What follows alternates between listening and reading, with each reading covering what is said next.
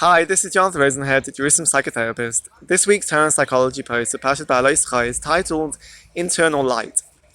In this week's parasha, we read about the menorah, and that the lights of the menorah were facing inwards, towards the middle stem of the menorah.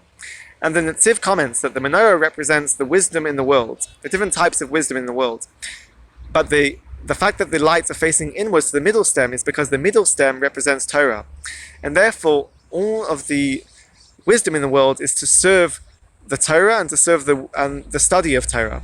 And the Netziv also comments that the menorah was made from a single piece of gold, because the message is that all wisdom has a single unified element. It's all rooted in the wisdom of the Torah. And we can relate this from a psychological perspective to intelligence. Wisdom and intelligence is very closely connected. And there's also a discussion in the research of whether there is of how to define intelligence. Some people say that intelligence is one single general idea, general concept of intelligence. But also other people define intelligence they classify intelligence in different areas. A person can have intelligence which relates to their aptitudes and skills and talents in different areas of their life. But the consensus over intelligence is that it's a critical aspect of a person's development. That a person should try to, in a way, identify what their intelligence is, how they are able to express their intelligence in the world, and this has ramifications on their development and functioning in their life.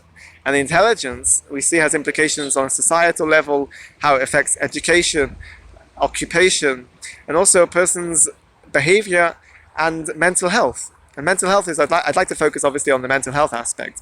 That we can see that intelligence or wisdom, it relates to the strength spaces, the positive psychology of a person identifying what is unique about them, what are their unique talents, how do they relate to their own intelligence, how do they define their own intelligence, and how is it expressed in their life. And as we just said, that it relates to a person's development and functioning in the world.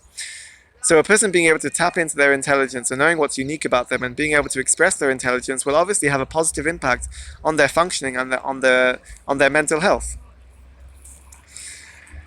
And the Slonim Rebbe comments on the menorah, on the 7 branches of the menorah, and how they shine into the middle, facing the middle of the menorah, and says that the menorah represents different middos, 7 middos, different middos of a person, different characteristics that a person wants to try to change or try to perfect, to improve their life, to improve their behavior, and to improve their general well-being, we can say.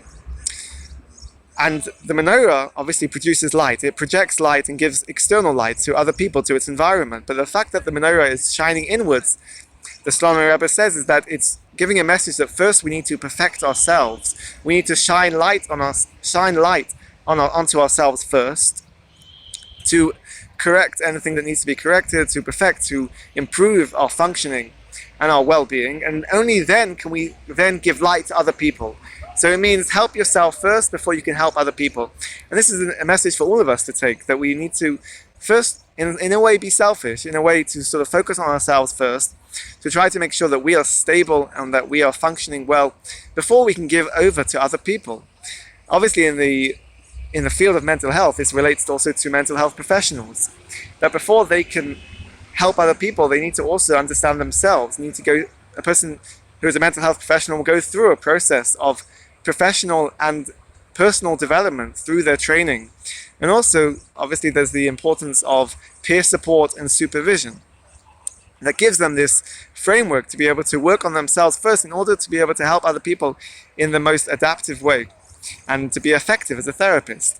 And the research actually highlights the idea of secondary traumatization, which is when a therapist who is trying to help someone in particular in traumatic areas, in the field of trauma, and they're listening to the person's trauma and they're trying to help them, they themselves experience symptoms of trauma because of the trauma of their client. They themselves start to experience the symptoms of post-traumatic stress disorder, and this is secondary traumatization. And the research points out that there's this critical aspect of peer support, of having a professional framework and supervision that helps a therapist to feel that that they are supported, and that they can first help themselves in order to be able to help other people. Have a great Shabbos and keep well.